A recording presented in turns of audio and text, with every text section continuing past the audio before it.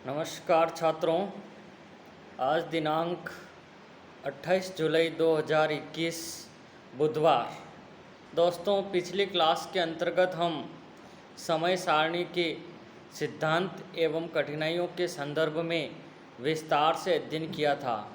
शिक्षण के कार्य को आगे बढ़ाते हुए आज मैं आपके समक्ष एक नए कंटेंट के साथ प्रस्तुत हूँ। आज हम पाठ्यक्रम की अवधारणा, कंसेप्ट ऑफ करिकुलम, इसके संदर्भ में विस्तार से अध्ययन करेंगे। शिक्षा और मानव जीवन का आपस में अटूट संबंध रहा है। शिक्षा एक ऐसी प्रक्रिया है जो मानव के जन्म से लेकर के मृत्यु पर्यंत यानी कि जीवन पर्यंत चलने वाली एक प्रक्रिया है, क्योंकि इसके द्वारा व्यक्ति के व्यवहार में निरंतर परिवर्तन एवं परिमार्जन होता है। व्यक्ति के व्यवहार में यह परिवर्तन अनेक माध्यमों से होता है, किंतु प्रमुख रूप से इन माध्यमों को मुख्य रूप से दो वर्गों में वर्गीकृत किया जा सकता है। इसके अंतर्गत नंबर 1 औपचारिक एवं नंबर 2 अनौपचारिक। औपचारिक रूप के अंतर्गत वे माध्यम आते हैं जिनका नियोजन कुछ निश्चित उद्देश्यों की पूर्ति के लिए व्यवस्थित ढंग से स्थापित संस्थाओं में किया जाता है। यानी कि बालक शिक्षा प्राप्त करता है, उसके दो रूप होते हैं, एक औपचारिक और दूसरा अनौपचारिक। औपचारिक का तात्पर्य कुछ निश्चित विधि के द्वारा स्थापित संस्थाएं जैसे कि विद्यालय है, शिक्षण संस्थाएं, उसमें जाकर के बालक शिक्षा प्राप्त करता है तो वो उसकी औपचारिक है। या अपने बड़े बुजुर्ग या दोस्तों के माध्यम से उसको जो शिक्षा प्राप्त होगी वो अनौपचारिक रूप में मानी जाएगी। इस प्रकार की संस्थाओं को विद्यालय कहा जाता है। किंतु व्यक्ति के व्यवहार में परिवर्तन की प्रक्रिया विद्यालय एवं विद्यालय जीवन में ही पूर्ण नहीं हो पाती, अपितु ये विद्यालय से बाहर तथा जीवन पर्यंत चलने वाली प्रक्रिया है। व्यक्ति के व्यवहार में होने वाले अनेक परिवर्तन विद्यालय की सीमा से बाहर की परिस्थिति के परिणाम स्वरूप होते हैं। कुछ बालक ऐसा सीखता है जिससे उसके जीवन के अंदर परिवर्तन होता है, तो वो न केवल विद्यालय के अंदर ही सीखता है, बल्कि कहने का तात्पर्य ये है कि विद्यालय के बाहरी वातावरण से भी बालक बहुत कुछ सीखता है। अतः ये अनौपचारिक माध्यम के अंतर्गत आती है। विद्यालय के अंतर्गत विद्यार्थियों को जो कुछ भी कक्ष एवं कक्षा के बाहर प्रदान किया जाता है उसका एक निश्चित उद्देश्य होता है एवं उसे किसी विशिष्ट माध्यम से ही पूर्ण किया जाता है।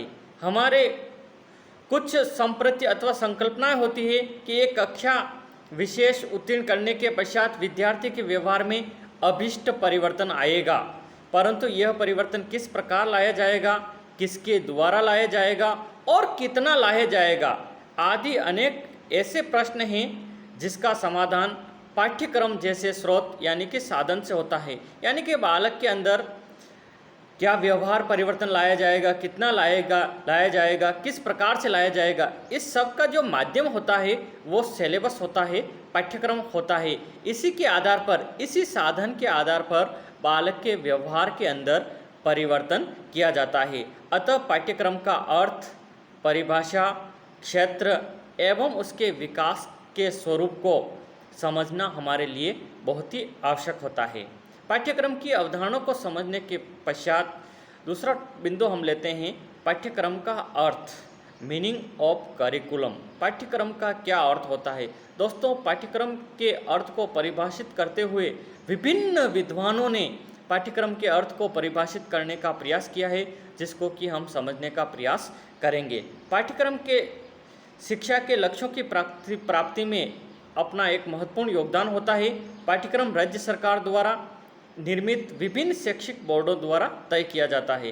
प्रत्येक विद्यालय का दायित्व है कि वह उस पाठ्यक्रम को विधिवत रूप से संचालित किया जाए। यानी कि राज्य सरकार के जो बोर्ड हैं, निगम हैं, जिनके द्वारा शैक्षिक बोर्ड हैं, जिनके द्वारा पाठ्यक्रम का निर्धारण किया जाता है, उसके अनुरूप, उस पाठ्यक्रम के अनुरूप विद्यालय उसको संचालित करने का प्रयास करे। पाठ्यक्रम के अभाव में न तो शिक्षक उचित रूप में शिक्षा दे सकता है और न शिक्षार्थी उचित रूप में शिक्षा ग्रहण कर सकता है, क्योंकि शिक्षा का माध्यम ही पाठ्यक्रम है। उसी साधन के द्वारा शिक्षक एवं शिक्षार्थी आपस में अंतःक्रिया करते हैं और उसके द्वारा बालकों के व्यवहार के अंदर परिवर्तन आता है। अतः बालक की शिक्षा में पाठ्यक्रम का अपना महत्वपूर्ण योगदान होता है।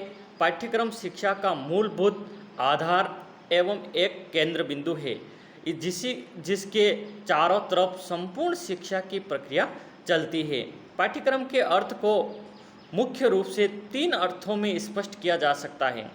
पाठ्यक्रम को जो परिभाषित करने का, अर्थ देने का जो प्रयास किया गया है, उसको मोटे मोटे रूप में 3 भागों में बांटा गया है। नंबर 1, पाठ्यक्रम का शाब्दिक अर्थ। शाब्दिक रूप में यदि हम पाठ्यक्रम का अर्थ निकालें तो पाठ्यक्रम अंग्रेजी भाषा के करिकुलम शब्द का हिंदी रूपांतरण है और करिकुलम शब्द लैटिन भाषा से अंग्रेजी में लिया गया है, जिसका सामान्य अर्थ होता है दौड़ का मैदान। अतः शिक्षा के क्षेत्र में पाठ्यक्रम वह दौड़ का मैदान है जिसमें छात्र अपने निश्चित लक्ष्य को पहुंचने के लिए या प्राप्त करने के लिए दौड़ लगाता है। It is run way a course which runs to reach a goal, यानी कि उसका इसके माध्यम से एक निश्चित लक्ष्य होता है। अतः शाब्दिक अर्थ के अनुसार पाठ्यक्रम वह मार्ग है जिसके अनुसार चलकर विद्यार्थी शिक्षा के लक्ष्य को प्राप्त करने में सफल होता है। पाठ्यक्रम का शाब्दिक अर्थ समझने के बाद पाठ्यक्रम का दूसरा रूप है पाठ्यक्रम का संकुचित अर्थ। संकुचित तथा परंपरागत अर्थ के अनुसार पाठ्यक्रम अध्ययन का कोर्स है, कोर्स ऑफ स्टडी। संकुचित रूप में इसको क्या कहा गया है? अध्ययन का कोर्स, कोर्स ऑफ स्टडी या सिलेबस का पर्यायवाची माना जाता है, जिसमें केवल कुछ विषयों के तथ्यों की सीमाएं निश्चित रहती है। इस प्रकार संकुचित अर्थ के अनुसार पाठ्यक्रम को केवल पुस्तकीय ज्ञान तक सीमित कर दिया गया है, जो कि उचित नहीं है। दोस्तों, हम जानते हैं कि बालक के सर्वांगीण विकास के लिए केवल पुस्तकीय ज्ञान ही महत्वपूर्ण नहीं है, बल्कि वे समस्त व्यवहार एवं क्रियाएं जो कि बालक को जीवन उपयोगी शिक्षा प्रदान करती है, पाठ्यक्रम के अंतर्गत आती है। पाठ्यक्रम का तीसरा रूप है या अर्थ है पाठ्यक्रम का व्यापक अर्थ। व्यापक अर्थ में पाठ्यक्रम को परिभाषित करते हुए वर्तमान में पाठ्यक्रम का स्वरूप बहुत ही व्यापक हो गया है। यह अब केवल अध्ययन के कोर्स या सिलेबस तक सीमित नहीं रहा है। अब पाठ्यक्रम के अंतर्गत उन समस्त अनुभवों का समावेश होता है जो पाठ्यक्रम का बालक के सर्वांगीण विकास को प्राप्त करने के लिए तैयार होते हैं। अतः व्यापक अर्थ के अनुसार पाठ्यक्रम का तात्पर्य विद्यार्थियों के लिए आयोजित उन सभी अनुभवों तथा क्रियाओं से है जो उनके तथा समाज के सर्वांगीण विकास में सहायक हो। तो दोस्तों, विभिन्न शिक्षाविदों ने भी इस प्रकार से पाठ्यक्रम के 3 स्वरूप को अर्थ के द्वारा, नंबर 1 पाठ्यक्रम का शाब्दिक अर्थ को हमने पढ़ा, दूसरा संकुचित अर्थ में पाठ्यक्रम और तीसरा व्यापक अर्थ में पाठ्यक्रम। इसके बाद विभिन्न जो शिक्षाविद हुए हैं उन्होंने भी पाठ्यक्रम को परिभाषित करने का प्रयास किया है। उसमें प्रमुख शिक्षाविदों की कुछ परिभाषाओं को हम लेंगे। इसके अंदर प्रथम शिक्षाविद है हार्नी। हार्नी ने पाठ्यक्रम को परिभाषित करते हुए लिखा है, पाठ्यक्रम वह है जो विद्यार्थियों को पढ़ाया जाता है। यह सीखने एवं शांतिपूर्ण पढ़ने से अधिक है। इसमें उद्योग, व्यवसाय, ज्ञानोपार्जन, अभ्यास तथा क्रियाएं सम्मिलित होती है। पाठ्यक्रम को हार्नी ने परिभाषित करते हुए लिखा कि पाठ्यक्रम वह है जो शिक्षार्थियों को पढ़ाया जाता है और उसमें वह क्रियाएं आती है जो उद्योग से संबंधित हो, व्यवसाय से संबंधित हो, ज्ञानोपार्जन से संबंधित हो और अभ्यास से संबंधित हो। कनिंघम ने पाठ्यक्रम को एक सुव्यवस्थित रूप में परिभाषित करने का प्रयास किया है। कनिंघम के शब्दों में पाठ्यक्रम कलाकार, यहाँ पर कलाकार कौन है? शिक्षक है। शिक्षक के हाथ में एक साधन है जिससे वह अपने पदार्थ कौन है यहाँ पर दोस्तों?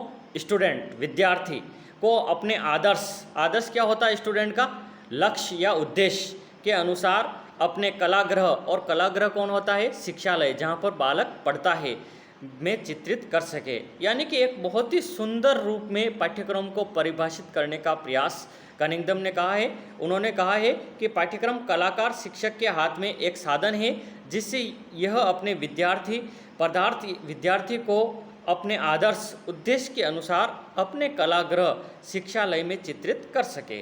केजी सेहदेन ने भी पाठ्यक्रम को परिभाषित करते हुए लिखा कि पाठ्यक्रम बालकों के समायोजन की प्रक्रिया है। सेहदेन ने पाठ्यक्रम को एक सामंजस्य की प्रक्रिया को बताया है जिसमें बालक दैनिक जीवन के कार्यों में वातावरण के साथ समायोजन करता है, जिसमें बाद में वह अपने क्रियाकलापों को संगठित करता है। क्रो और क्रो ने पाठ्यक्रम को परिभाषित करते हुए लिखा है, स्वयं उनके शब्दों में, पाठ्यक्रम में सीखने वाले या बालक के वे सभी अनुभव निहित हैं। यानी कि क्रो ने अनुभवों से जोड़ा है, सेहदेन ने किससे जोड़ा है? सामंजस्य से जोड़ा है। वे सभी अनुभव निहित है जिन्हें वह विद्यालय या उसके बाहर प्राप्त करता है। ये समस्त अनुभव एवं कार्यक्रम में निहित किए जाते हैं जो उसको मानसिक, शारीरिक, संवेगात्मक, सामाजिक, आध्यात्मिक एवं नैतिक रूप में विकसित होने में सहायता देते हैं। तो इस तरह से क्रो एवं क्रो ने भी पाठ्यक्रम को सुंदर रूप से परिभाषित करने का प्रयास किया है और उन्होंने पाठ्यक्रम को किससे जोड़ा है? अनुभव से जोड़ा है। माध्यमिक शिक्षा आयोग सेकेंडरी एजुकेशन कमीशन ने भी पाठ्यक्रम को परिभाषित किया है और उनके अनुसार पाठ्यक्रम का अर्थ केवल शास्त्रीय विषयों से ही नहीं है जिनको विद्यालय में परंपरागत ढंग से पढ़ाया जाता है। यानी कि माध्यमिक शिक्षा आयोग क्या कह रहा है कि पाठ्यक्रम केवल वही नहीं है जो शास्त्रीय विषय है, उनसे ही पाठ्यक्रम का संबंध नहीं है जिनको कि विद्यालय के अंदर परंपरागत ढंग से पढ़ाया जाता है, बल्कि उसमें अनुभवों की संपूर्णता निहित है जिनको बालक बहुत प्रकार की क्रियाओं द्वारा प्राप्त करता है, जो विद्यालय, कक्षा कक्ष, पुस्तकालय, प्रयोगशाला, वर्कशॉप, खेल के मैदान तथा छात्रों एवं शिक्षकों के बीच होने वाली अगणित अनौपचारिक संपर्कों में होती है। यानी कि माध्यमिक शिक्षा आयोग ने पाठ्यक्रम को एक व्यापक एवं विस्तृत रूप में परिभाषित करने का प्रयास किया है और उन्होंने ये कहा कि केवल विद्यालय के अंदर जो शास्त्रीय सब्जेक्ट पुस्तकें पढ़ी जाती है वही पाठ्यक्रम नहीं है, बल्कि उसके अंदर वे समस्त अनुभव निहित है जो कि बालक को संपूर्णता प्रदान करता है, उसके जीवन के सर्वांगीण विकास में अपना महत्वपूर्ण योगदान प्रदान करता है।